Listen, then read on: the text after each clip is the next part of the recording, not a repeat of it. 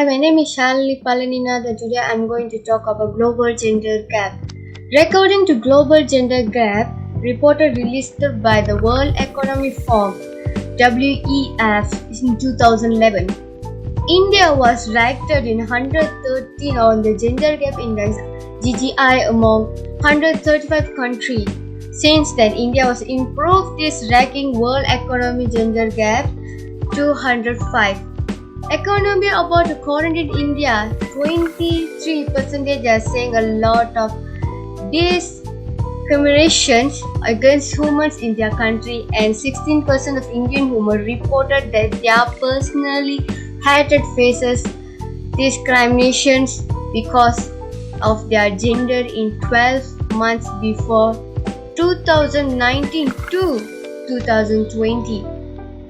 Stated, India was the second lowest performing country on health and survival ranking is 141, just ahead of the Amiens. As a whole country ranked at 127 out of 146 countries, which is seconds of 0.563 on the Gender Equality Index and become 114 in the World Teen Gender Gap. Other than that, the gender gap in India, while there's a 26.5% largest in women in the quarantine representation quality, technical leadership role in human labor force to petition the rate of poor healthcare, lagging females to males, reduction income equalation, mini explore.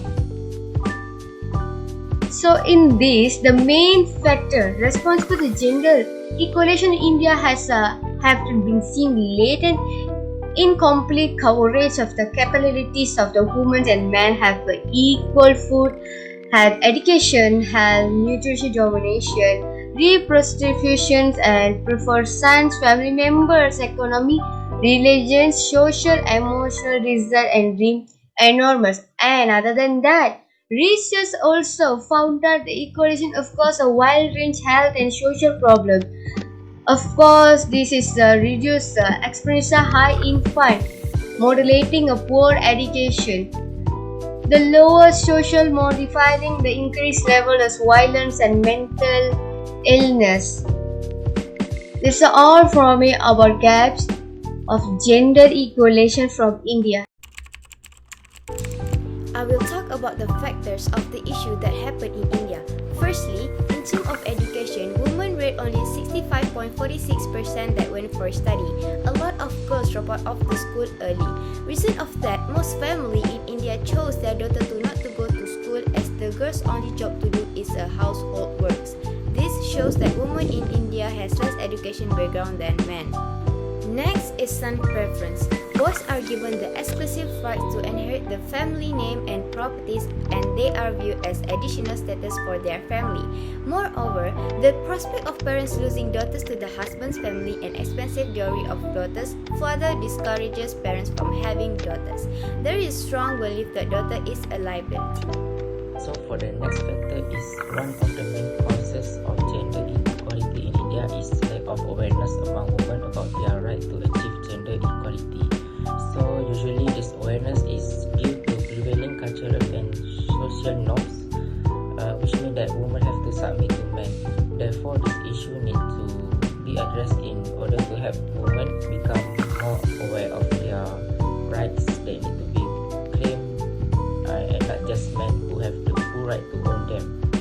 Next factor is violence against women and girls in India is a human rights violation, and the immediate and long-term physical, sexual and mental consequences for women and girls can be devastating, including that violence negatively affects women's general well-being and prevents women from fully participating in society, impacts their families, their community and the country at large.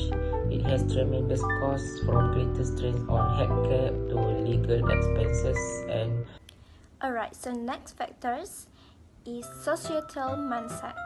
It less tangible than some of the other cases on this list, but the overall mindset of a society has a significant impact on gender inequality.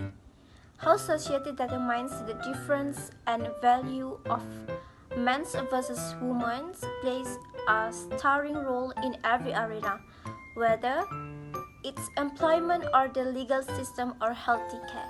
Beliefs about gender run deep, and even though progress can be made through laws and structural changes, there's often a pushback following times of major change. That's all for me. However, the effects gender inequality is a historical global phenomenon that was not created by humans and is based on gender assumptions. It is tied to familiar regulations established in cultures and gender norms that regulate human social life, human relations, and promote women's subjugation in the form of social strata. Amartya Sen emphasized the importance of considering the social culture factors that contribute to gender inequality. Culture influence in India favors sons over daughters for reasons linked to kinship, like age, inheritance, identity, status, and economic security. This preference discriminates against girls and goes across class and caste barriers. Sexual assault and violence against women is dowry. So dowry is the payment in cash or present made to the bride's groom family along with the bride in India. The practice is ubiquitous across all demographic, classes and religions. So the dowry system in India adds to gender inequality by instilling in girls the notion that they are a burden on their family. Such view limits the resource the parents spend in their daughters and limits her negotiation power inside their family.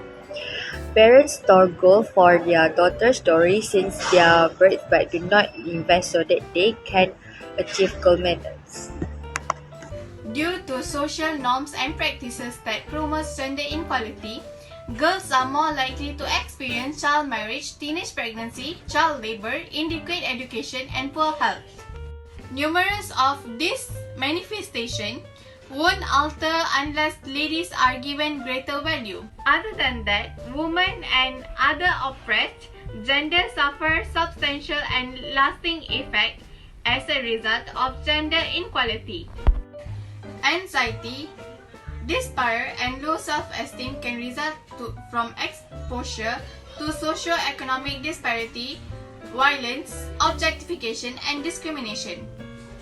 At every level of Indian society, racism towards women or young girls is a persistent and long-standing occurrence. As for the solution, there are two solutions. The first one is end sexual assault and violence against women. Laws goes often ignored in India, jeopardizing women's and girls' right to their safety and justice. So therefore, laws are created to bring justice to everyone. So therefore, it's encourageable for court and law to India give more support than before for this type of issue, not for women, even for others. So the second is look for signs for gender inequality. Gender inequality is happening all over in India and everywhere. It can be very difficult to straight and approach the person, but what can we do is something to encourage them. Maybe if we suspect someone that is suffering from gender inequality, we can give our full support by encouraging them to overcome and to report it to someone. Next is how to stop gender violence. My first point is increase the agencies of women and girls to make decisions about their SRHR. Use gender synchronized approaches that engage women and men, is transforming gender norms and balancing powers within family.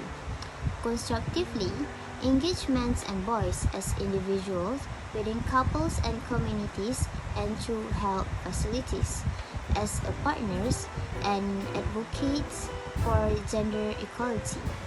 Support health providers and facilities to improve the health sector response to gender-based violence. Strengthen health service and systems to be more gender responsive and equitable to better meet to the need of clients and communities. Next, MEP engage and partners will with local organizations working on gender equalities and women's and girls' rights, advocates to transform laws and policies that perpetuate gender inequalities, promote policies that support the agencies and rights of women, girls, and marginalized groups, and ensure health and key equity, ensure that disaggregated by sex and engage. Government funding of high quality daycare option to enable parents, and especially mothers, to work outside the home if they so desire, and to do so without fear that their finance or their children well-being will be compromised. So I will explain to the next point. Increase mentorship and other effort to boost the number of women in traditionally male occupation and in position of political leadership. That's all from our group. Thank you for watching our video.